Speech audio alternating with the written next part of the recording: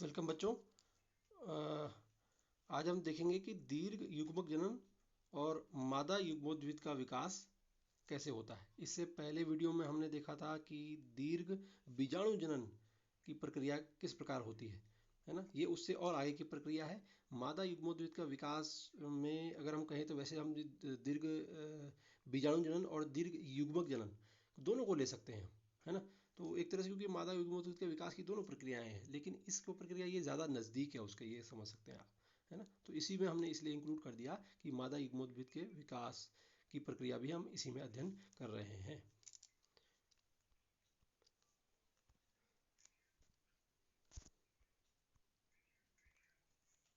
चलिए पहले देखते हैं कि इसकी डेफिनेशन देखिए क्या कहती है। गुरु बीजाणु से पूर्ण भ्रूण कोश एम्ब्रायोसैक बनने तक की सभी प्रक्रियाओं या क्रियाओं को गुरु युग्मक जनन कहते हैं। ठीक। अधिकांश पुष्पी पादपों में 4 गुरु बीजाणुओं में से केवल एक क्रियाशील होता है, ये हमने पिछले वीडियो में देखा, जबकि अन्य 3 अल्प विकसित होते हैं या डिजनरेट कर जाते हैं, ठीक है ना, अपहासित हो जाते हैं।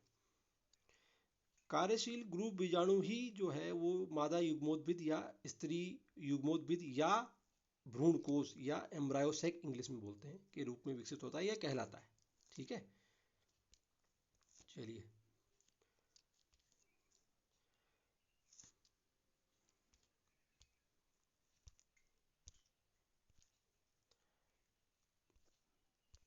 ये देखिए एक चित्र आपके सामने मैं रख रहा हूँ।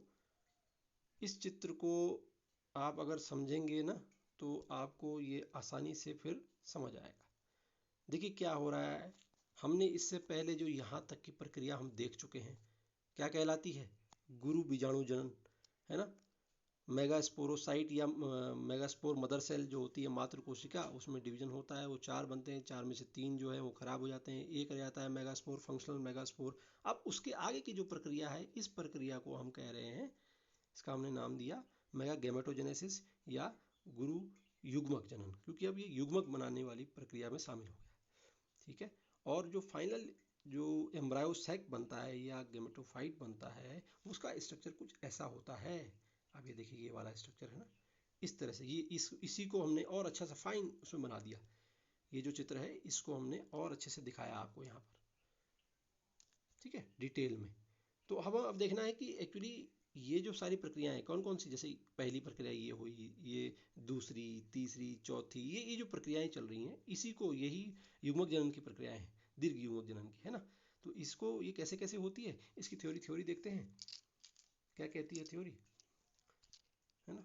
ये देखिए ये कह रहा है कि मादा युग्मोद्भिद अथवा भ्रूण कोश, इसका एक और नाम है, वहाँ जैसे हम पॉलन ग्रेन वाली बात कर रहे थे जब लघु में, वहाँ ये नहीं था।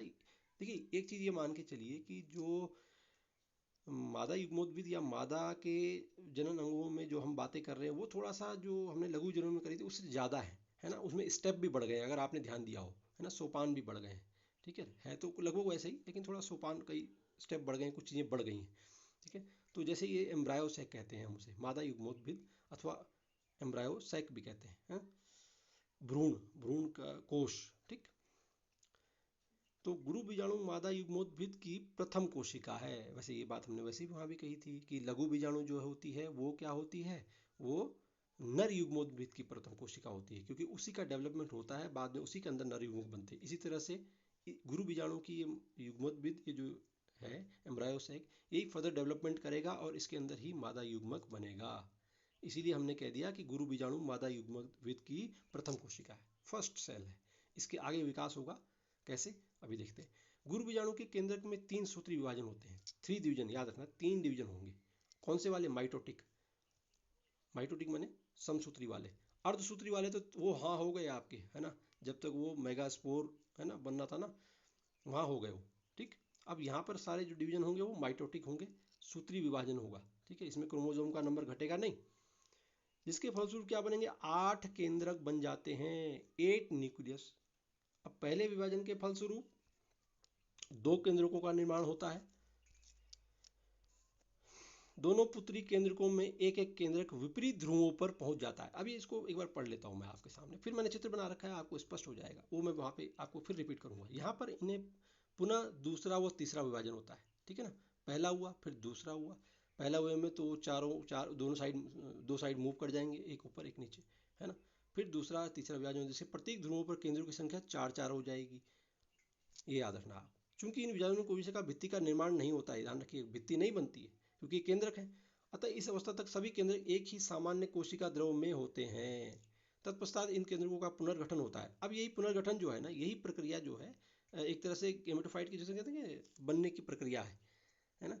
कैसे कैसे ये हो रहा है, पुनर्गठन कैसे होता है। भ्रूणपोष के बीजांडद्वारी माइक्रोपाइल एंड पर, है ना। अब जब भी ये, जब हम ये शब्द बोल रहे हैं, ये ऑलरेडी हम देख चुके हैं। हमने जो पुष्प की संरचना ढंग से देखी थी, हमने फिर ओव्यूल, है ना, बीजांड की संरचना देखी थी, बीजांड काय क्या होता है, वो सब हम देख चुके हैं पुराने वीडियोस में। उनमें अगर आपको वो ज़रूरी है, पहले उनको समझ लो तब ये समझ आएगा। अगर वो नहीं देखे हैं तो नीचे डिस्क्रिप्शन है या और वीडियोज़ में ढूंढ लो, उनमें पढ़ लो, फिर आगे आना, ठीक है। तो जो बीजांड द्वारी ध्रुव पर स्थित चारों केंद्रों में से क्या होता है, 3 केंद्रक संगठित होकर बनाते हैं अंड समुच्चय।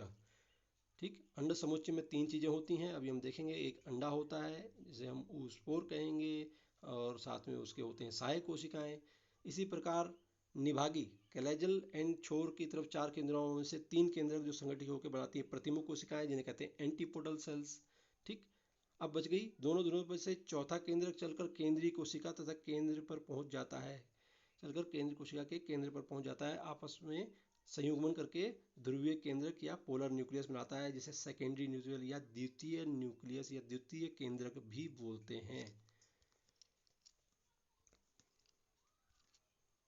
ये देखिए, ये है वो तस्वीर, है ना। तो इसमें आपको जो ध्यान देना है, ये तो हम पढ़ चुके हैं। ये हो गया मेगा स्पोरोजेनेसिस। उसके बाद जो ये मेगा गेमेटोजेनेसिस है वो यहाँ से शुरू हो रहा है। क्या होता है, ये देखिए, एक सेल डिवीजन हुआ, ये बन गए 2 सेल। ठीक, एक इधर गया एक उधर गया, ये चारों, अब इसको भूल जाओ।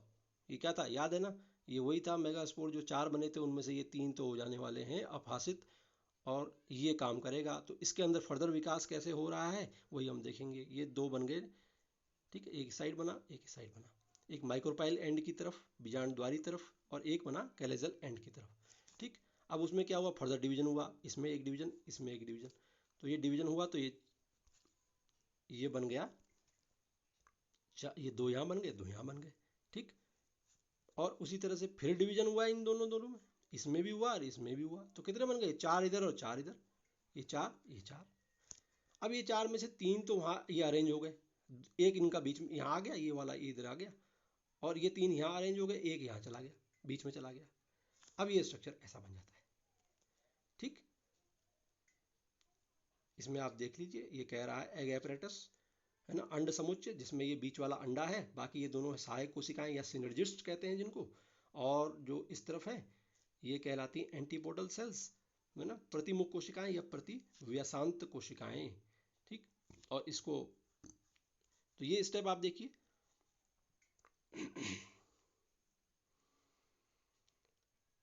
ठीक है ना। तो अब वहाँ पे हम बोल रहे थे ना, एक डिवीजन यहाँ हुआ एक डिवीजन यहाँ हुआ और एक डिवीजन, ये 3 माइटोटिक डिवीजन होने के बाद ये जो 8 सेल बनते हैं, न्यूक्लियस बनते हैं कैसे, और न्यूक्लियस बाद में इस तरह से अरेंज हो जाते हैं। 3 में से एक इधर, एक बीच में आता है, नीचे वाले में से एक बीच में आता है।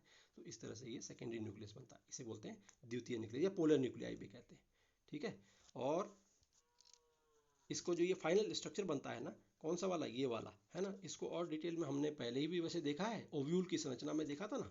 तो ओव्यूल की संरचना मैं एक बार फिर से आपको दिखाता हूँ। ये बन गया, कौन सा बना, ये बना। ठीक, देखो आप, कलेजल एंड की तरफ एंटीपोडल सेल्स हैं, है ना, और ये आपको पोलर न्यूक्लिया या सेकेंडरी न्यूक्लियस बनते हैं। ठीक है ना, ये सेंट्रल सेल है, ये सिनर्जिट्स, है ना, ये फीलिफॉर्म अपरेटस हैं जो हेल्प करते हैं बाद में, इसको हम बाद में अगर आएगा तब देखेंगे। और ये अंडा। ठीक है, 3 सेल ये 3 सेल ये। ठीक है बच्चों, तो ये था पूरा क्या, मेगा स्पोरोजेनेसिस।